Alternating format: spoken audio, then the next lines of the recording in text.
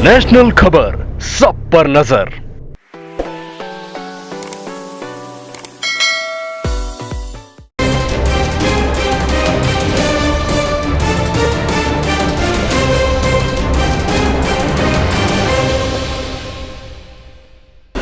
नमस्कार दोस्तों, मैं हूं डॉक्टर पंकज भारती।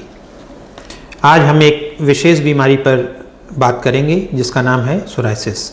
इसका हम लोग अपने अस्पताल में पिछले 15 वर्षों से बहुत ही सफलतापूर्वक उपचार कर रहे हैं। खुशी की बात है कि होलिस्टिक उपचार से सोराइसिस पूरी तरीके से ठीक हो जाता है और ये दुनिया का सबसे सफल उपचार साबित हुआ है। इसके लिए हम खुश हैं और उन सब लोगों का आभार व्यक्त करता हूँ जिन्होंने इस चिकित्सा पद्धति पे अपना विश्वास दिखाया और इससे पूरी तरीके से रोग मुक्त हुए। आज हमारे पास एक टेस्टिमोनियल है। राजशेखर हैं, ये रिटायर्ड आईएएस ऑफिसर हैं। इनकी उम्र 65 साल है। 27 साल के जब ये थे तो इनका आईएएस में सिलेक्शन हुआ था और आईएएस एकेडमी के दौरान, ट्रेनिंग के दौरान ही इनको पूरे शरीर में सोराइसिस हो गया था। फिर ये चिकित्सा के लिए देश भर में इन्होंने ऐसी कोई भी पद्धति, चिकित्सा पद्धति नहीं बची जिससे इन्होंने चिकित्सा ली हो। सबसे खराब अनुभव इनका एलोपैथिक चिकित्सा के साथ रहा। राजशेखर बताते हैं कि एलोपैथिक चिकित्सा से इनकी बीमारी कुछ समय के लिए दब तो जाती थी, सप्रेस हो जाती थी, लेकिन फिर इनको दवाइयों के गंभीर साइड इफ़ेक्ट्स झेलने पड़ते थे। इनको लीवर संबंधी परेशानियां, इनको डाइजेस्टिव परेशानियां हो जाती थीं और ये बुरी तरीके से परेशान रहते थे। 2005 में ये डॉक्टर भारती होलिस्टिक वेलनेस के संपर्क में आए। इन्होंने इलाज लेना शुरू किया और राजशेखर के अनुसार 6 से 8 महीनों के भीतर ही ये पूरी तरीके से रोग मुक्त हो गए।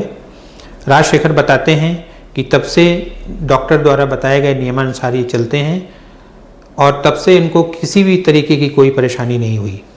राजशेखर ना सिर्फ सोराइसिस से मुक्त हुए बल्कि उनका वज़न भी होलिस्टिक चिकित्सा से 20 किलो घट गया। राजशेखर को सोराइसिस के साथ साथ में डायबिटीज़ भी था, उनको ब्लड प्रेशर रहता था, उनको पाचन संबंधी बहुत परेशानियां थीं, उनको डिप्रेशन रहता था। इस चिकित्सा से उनका ना ही शुगर ठीक हुआ बल्कि आज वो बीपी की भी कोई दवाइयाँ नहीं खाते हैं, उनको पाचन संबंधी भी कोई परेशानियां नहीं हैं और अपने आप को बहुत स्वस्थ और युवा महसूस करते हैं।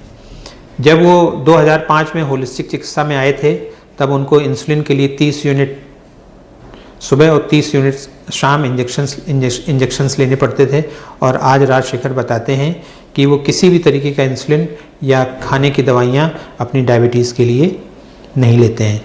तो ऐसे अनेकों पेशेंट्स हैं जिनको इस हॉस्पिटल में 15 वर्षों में पूरी तरीके से इस बीमारी से छुटकारा मिला है। दोस्तों, सबसे पहले ये जानना ज़रूरी है कि आखिर सोराइसिस होता क्या है। जो हमारा सेल साइकिल होता है, वो सामान्य जो सेल साइकिल होता है हमारा 21 से 28 दिन का होता है। जब हमारा जो सेल साइकिल है वो सामान्य होता है तो इस तरीके की हेल्दी स्किन बनती है। सोराइसिस की अवस्था में क्या होता है कि ये हमारा सेल साइकिल घट के 1 से 5 दिन का हो जाता है। जब हमारा सेल साइकिल 1 से 5 दिन का हो जाता है तो हमारी सेल्स बहुत जल्दी रेप्लिकेट होती हैं और वो हमारे स्किन सरफेस पर प्लेक के रूप में इकट्ठी हो जाती हैं। हमारे स्किन सरफेस पर सिल्वरी स्केल्स बन जाते हैं, कभी कभी उनमें क्रैक्स आ जाते हैं, उनमें ब्लड निकल सकता है। बहुत सारे मरीज़ कंप्लेन करते हैं कि उनको सीवियर इचिंग होती है। बहुत सारे पेशेंट्स कंप्लेन करते हैं कि उनको सीवियर बर्निंग होती है। जनरली सोराइसिस हमारा 9 से 10 प्रकार का होता है। जो सबसे कॉमन सोराइसिस है वो है प्लाक सोराइसिस। 80% या 85% से भी ज़्यादा मरीज़ों को ये प्लाक सोराइसिस होता है। इसके अलावा गटेट सोराइसिस है, इनवर्स सोराइसिस है, इराथ्रोडर्मिक सोराइसिस है, नेल्स पर पिटिंग सोराइसिस होता है या स्कैल्प पर सोराइसिस हो जाता है, या हमारे हथेलियों में, हमारे तलवों में जो सोराइसिस हो जाता है उसको हम प्लांटर या पामर सोराइसिस बोलते हैं। इसी तरीके से हमारी एक सोराइसिस की रेयर बीमारी है जिसको हम सोराइटिक आर्थराइटिस बोलते हैं। ये 100 में से 10 मरीजों को सोराइटिक आर्थराइटिस होता है। और जिनको भी सोराइटिक आर्थराइटिस होता है वो जोड़ों के दर्द से भी बहुत ज़्यादा परेशान रहते हैं। दोस्तों, विज्ञान ने खोज निकाला है कि हमारी जो सोराइसिस है उसमें 49% केसेस ऐसे होते हैं जो एक्वायर्ड होते हैं, 51% केसेस होते हैं जिनमें कहीं ना कहीं जेनेटिक कंपोनेंट होता है। जब भी मरीजों से बात करते हैं तो वो बताते हैं कि हमारे इमीडिएट पेरेंट्स या हमारे ग्रैंड पेरेंट्स में से किसी को भी ये बीमारी नहीं है। दोस्तों, विज्ञान ने खोज निकाला है कि हमारी मदर या फादर की तरफ अगर 8वीं जनरेशन में भी किसी को रोग रहा होगा तो ये बीमारी किसी भी जनरेशन में इनहेरिट हो सकती है। एक हमारा जीन पूल होता है, उसमें बहुत सारे हजारों जीन्स होते हैं। उसमें कुछ जीन्स सोराइसिस के हो सकते हैं, लेकिन ज़रूरी नहीं कि उसमें सोराइसिस के जीन्स हैं तो हमको एक्टिव बीमारी हो जाए। उस जीन पूल में से जब 1 या 2 जीन्स हमारे एक्टिव हो जाते हैं तो हमको एक्टिव बीमारी हो सकती है। अब ये जानना बहुत ज़रूरी है कि आखिर वो कौन से फैक्टर्स हैं जिसके कारण से वो 1 या 2 जीन्स हमारे एक्टिव हो जाते हैं। उसमें मुख्य रूप से हमारे 6 फैक्टर्स हैं। उनमें जो सबसे महत्वपूर्ण फैक्टर है वो है कि हमारे कुछ तरीके के एलर्जन फूड होते हैं। एलर्जन फूड वो होते हैं जो सामान्य रूप से हानिकारक नहीं होते हैं, लेकिन किसी पर्टिकुलर व्यक्ति को वो नुकसान पहुंचाते हैं। वो हमारे एलर्जन फूड एक सिंड्रोम होता है, लीकी गट सिंड्रोम, उसके माध्यम से हमारे ब्लड में चले जाते हैं। दूसरा जो फैक्टर है हमारे जो जीन्स को एक्टिवेट करने के लिए हमारी फॉल्टी डाइट। तीसरा फैक्टर है हमारा फॉल्टी लाइफस्टाइल। चौथा फैक्टर है परसिस्टेंट स्ट्रेस या कुछ इमोशनल फैक्टर्स होते हैं। पांचवा कारक है हमारे इन्वायरमेंटल फैक्टर्स और छठवां कारण है पॉल्यूशन। दोस्तों, ये सारे कारक मिलके हमारे शरीर में 5 लेवल पे चेंजेस लाते हैं। पहला चेंज मैंने आपको बताया कि हमारे जो एलर्जन फूड हैं वो लीकी गट सिंड्रोम के थ्रू हमारे ब्लड में चले जाते हैं। दूसरा परिवर्तन हमारा सेल्यूलर लेवल पे होता है, हमारी सेल्स में टॉक्सिन्स एक्यूमुलेट हो जाते हैं। तीसरा परिवर्तन हमारा वाइटल ऑर्गन्स लेवल पे होता है। हम जानते हैं कि हमारे शरीर में liver, colon, kidney, gall bladder, heart, lungs, ये आदि वाइटल ऑर्गन्स होते हैं। तो इनमें जो 6 कारक मैंने बताए उनके कारण से इनमें कंजेशन हो जाता है। कंजेशन होने से जो हमारे वाइटल ऑर्गन्स हैं वो ऑप्टिमली फंक्शन नहीं करते हैं। जो चौथा जो परिवर्तन होता है वो हमारे पीएच लेवल पे होता है। हमारे शरीर में एक एसिड और एल्कलाइन बैलेंस होता है, वो हमारा इम्बैलेंस हो जाता है। और जो 5वां परिवर्तन होता है वो न्यूट्रिशनल लेवल पे होता है। हमारे शरीर में न्यूट्रिशनल डेफिशिएंसीज हो जाती हैं, हमारे शरीर में न्यूट्रिशनल इम्बैलेंसेस होते हैं।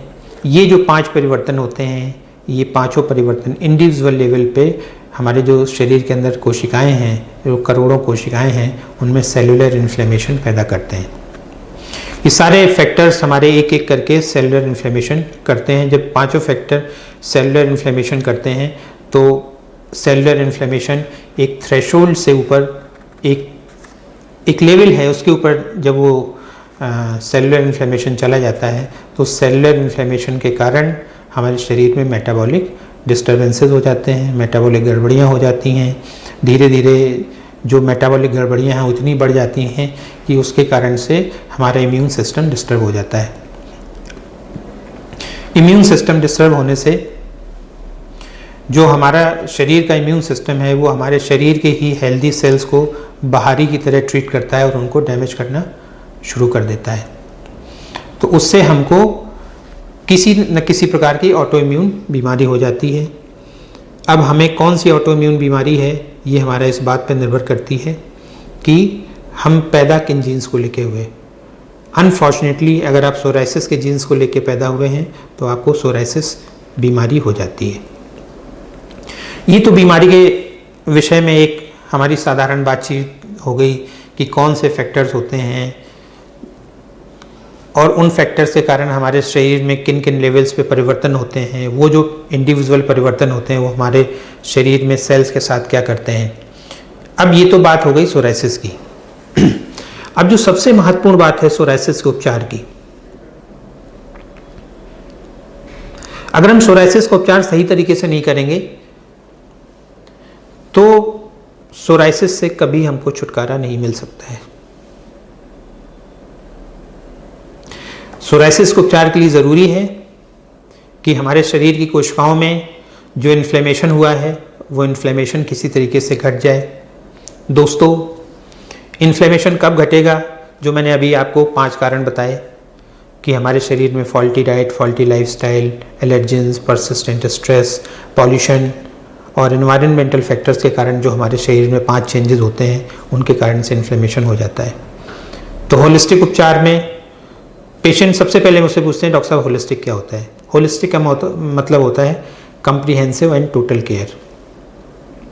किसी एक बीमारी विशेष की चिकित्सा न करके पूरे शरीर की चिकित्सा जब की जाती है तो उसको हम होलिस्टिक उपचार कहते हैं। तो होलिस्टिक उपचार हमारे इन्फ्लेमेशन को कम करने पे फोकस करता है। उसको कम करने के लिए 5 स्टेप में ट्रीटमेंट होता है।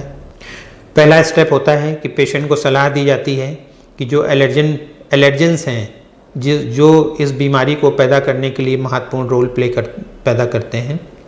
साइंस ने कुछ ऐसे एलर्जेंस खोज निकाले हैं। जब पेशेंट की डिटेल हिस्ट्री ली जाती तो पेशेंट भी कुछ ऐसे खाद्य पदार्थों के बारे में बताते हैं कि डॉक्टर साहब इस खाने को लेने से मेरी बीमारी बढ़ जाती है या फ्लेयर अप हो जाती है। तो इस उपचार में जो साइंस ने एलर्जेंस खोजे हैं वो और जो पेशेंट डिटेल हिस्ट्री देता है वो एलर्जेंस, उन सब को बंद करने की सलाह दी जाती है। दूसरा, जब हम एलर्जेंस को बंद कर देते हैं तो एलर्जन बंद करने से हमारा इन्फ्लेमेशन कम होता है। दूसरा, शरीर में जो टॉक्सिन्स इकट्ठे होते हैं, टॉक्सिन्स का जो एक्यूमुलेशन होता है उसके लिए डिटॉक्सिफिकेशन प्रोग्राम दिया जाता है। हमारे वाइटल ऑर्गन्स में जो कंजेशन हो जाता है, खासकर लिवर, कोलन, गॉल ब्लैडर और लिम्फेटिक सिस्टम, उसके लिए होलिस्टिक चिकित्सा के अंतर्गत डिकंजेशन प्रोग्राम दिया जाता है। हमारा जो अम्ल और क्षार का असंतुलन हो गया होता है उसके लिए हमारे सिस्टम को एल्कलाइज किया जाता है। सिस्टम को एल्कलाइज करने में फ्रूट जूसेस, नारियल पानी और वेजिटेबल जूसेस का बहुत बड़ा रोल है। और कुछ ऐसे माइक्रो न्यूट्रिएंट्स भी हैं जो हमारे सिस्टम को एल्कलाइज करने में महत्वपूर्ण भूमिका निभाते हैं। लास्ट में आती है हमारी बात पोषक तत्वों की। जनरली पेशेंट से बात करते हैं तो वो बताते नहीं, डॉक्टर साहब मेरा पोषण बहुत अच्छा है, मैं बहुत अच्छा खाना खाता हूँ, हमारे अंदर किसी भी चीज़ की डेफिशिएंसी नहीं है। तो जो आज का हमारा भोजन है उसमें पाया गया कि 100% लोगों में जो माइक्रो न्यूट्रिएंट्स हैं उनकी डेफिशिएंसी होती है। जो हमारा कुकिंग प्रोसेस है, कुकिंग प्रोसेस के दौरान या बैड फूड कॉम्बिनेशन के दौरान या हमारे भोजन में ही कुछ पोषक तत्वों की कमी होती है, वो हम भोजन लेते हैं तो हमारे शरीर में पोषक तत्वों की कमी हो जाती है। इन पोषक तत्वों की कमी को पूरा करने के लिए पेशेंट को हम ऑप्टिमम न्यूट्रिशन पे रखते हैं। जैसे ही हम ये 5 कारकों पे काम करते हैं होलिस्टिक ट्रीटमेंट के अंतर्गत, तो ये इंडिविजुअल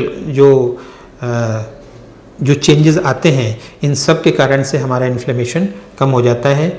जैसे ही इन्फ्लेमेशन एक थ्रेशोल्ड के नीचे आता है तो हमको पता है, सभी को पता है कि हमारा शरीर स्वतः खुद ब खुद अपने शरीर को हील कर लेता है। इंग्लिश में कहते हैं बॉडी हील्स इटसेल्फ।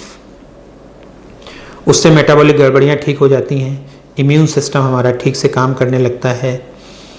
हमारा जो सेल साइकिल घट के 1 से 5 दिन का हो गया होता है वो धीरे धीरे करके हमारा सेल साइकिल 21 से 28 दिन का हो जाता है और हमारे शरीर से बीमारी का नामो निशान भी मिट जाता है। अब सबसे महत्वपूर्ण जो बात है वो ये है कि पेशेंट हमेशा इस बात पे एम्फेसिस देते हैं कि डॉक्टर साहब ये दोबारा तो नहीं होगी। तो पेशेंट्स की जानकारी के लिए बहुत ज़रूरी है कि होलिस्टिक ट्रीटमेंट से बीमारी को पूरी तरीके से नष्ट समाप्त किया जा सकता है, लेकिन बीमारी दोबारा ना हो इसलिए डॉक्टर के बताए गए कुछ डूज एंड डोंट्स को पेशेंट को लाइफ लॉन्ग।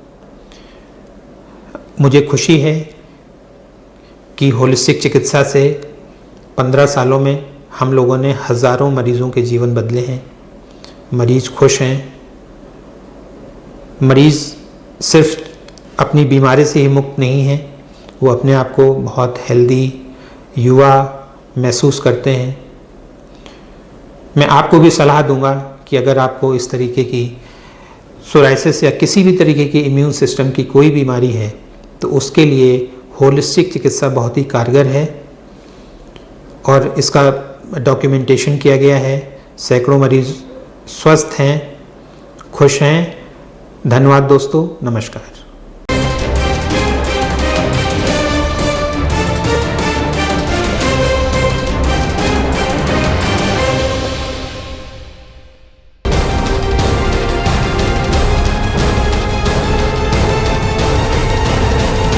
नेशनल खबर सब पर नजर।